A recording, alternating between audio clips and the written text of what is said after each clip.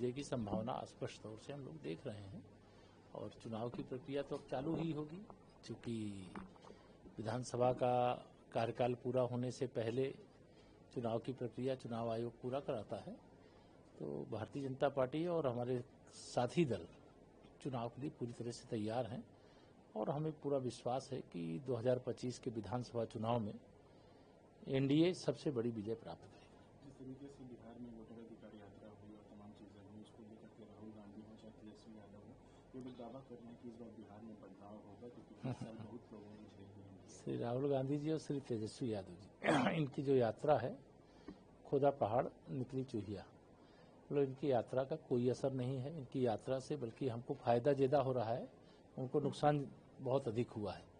जनता खूब समझ गई है कि कांग्रेस हो या राष्ट्रीय जनता दल हो या जो महागठबंधन बनाए हैं ये महागठबंधन हो, इनके पास कोई विजन नहीं है। बिहार के लिए इनके पास कोई योजना नहीं है, देश के लिए इनके पास कोई योजना नहीं है।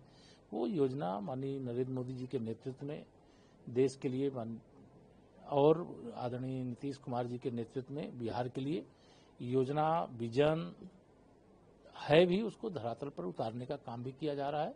और आम जनता जो विकास है, जो सुशासन है, जो सबके जीवन में बदलाव लाने का प्रयास है, उसको महसूस कर रहे हैं।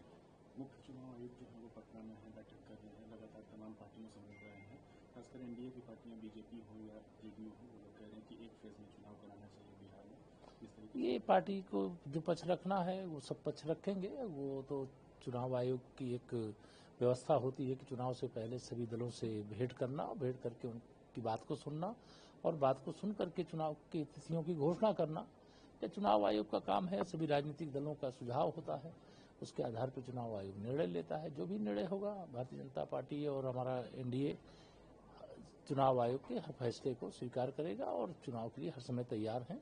और चुनाव में हमें पूरा विश्वास है बहुत बड़ी विजय निश्चित तौर से एनडीए को मिलने जा रही है।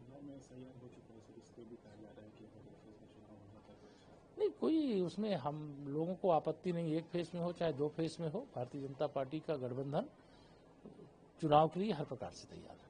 जिस तरीके से सर आज देखा गया कि समाजवादी पार्टी का एक जो है प्रतिनिधिमंडल जो है बरेली के लिए रवाना हुआ, लेकिन रुका गया लोगों को। समाजवादी पार्टी हो या कांग्रेस हो, कह रही है कि बीजेपी हर चीज को कम्युनल एंगल दे रही है और दबाव देना चाह रही है, डाइवर्ट करना चाह रही है। समाजवादी पार्टी के अध्यक्ष श्री अखिलेश यादव जी और उनके जो दरबारी लोग हैं वह लगातार इस प्रकार का प्रयास करते रहते हैं कि उत्तर प्रदेश की कानून व्यवस्था बिगड़ जाए।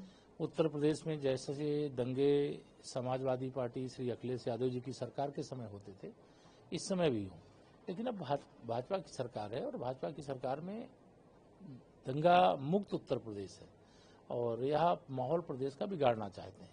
लेकिन कानून व्यवस्था से खिलवाड़ करने की छूट किसी को नहीं दी जा सकती है और बरेली में कोई ऐसी चीज नहीं जिसके लिए प्रतिनिधिमंडल भेजने की आवश्यकता है। जो कानून का उल्लंघन करेगा, कानून उसके खिलाफ कार्रवाई करेगा।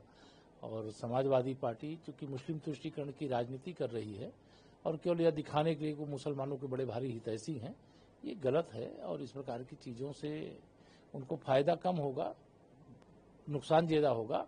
और समाजवादी पार्टी वैसे भी डूबता हुआ जहाज है, इसका कोई भविष्य उत्तर प्रदेश में नहीं है। जैसे राष्ट्रीय जनता दल का कोई भविष्य बिहार में नहीं है, वैसे समाजवादी पार्टी का कोई भविष्य उत्तर प्रदेश में नहीं।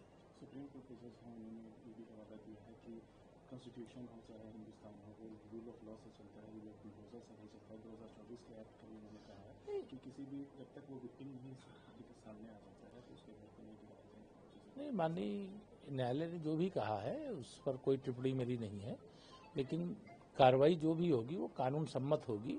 अगर कोई अवैध कब्जा है तो उसकी नोटिस होती है, उसका वह जवाब दे, उसका अवसर दिया जाता है। और जब एक निर्धारित समय सीमा होती है, उस पर जवाब नहीं आएगा, उस पर कोई अवैध कब्जा किया उसको हटाएगा नहीं, तब उस पर कार्रवाई होती है। हम माननीय न्यायालय के हर आदेश का सम्मान करते हैं और उत्तर प्रदेश सरकार का हर कार्य कानून के हिसाब से होता है। बिहार में सीएम फेस को लेकर के लगातार इंडिया अलायंस की तरफ से कहा जाता है, मुख्यमंत्री नीतीश कुमार को लेकर के भी कहा जाता है कि बीजेपी उनको बोझ समझती है, इस्तेमाल कर रही है, इसीलिए सिर्फ नेतृत्व का हवाला दे रही है। विपक्ष बौखलाया हुआ है, क्योंकि उसको 2025 में उसकी संभावनाएं लगभग शून्यता की ओर है, इसलिए वो बौखलाए हुए हैं। जैसे देश में माननीय मोदी जी फेस हैं भाजपा के भी, एनडीए के भी, वैसे ही नीतीश कुमार जी बिहार में फेस हैं एनडीए के भी, भाजपा के भी, जनता दल यू के भी। तो फेस फाइनल है कि देश के नेता कौन है, माननीय मोदी जी हैं। प्रदेश के नेता कौन है, आदरणीय नीतीश जी हैं।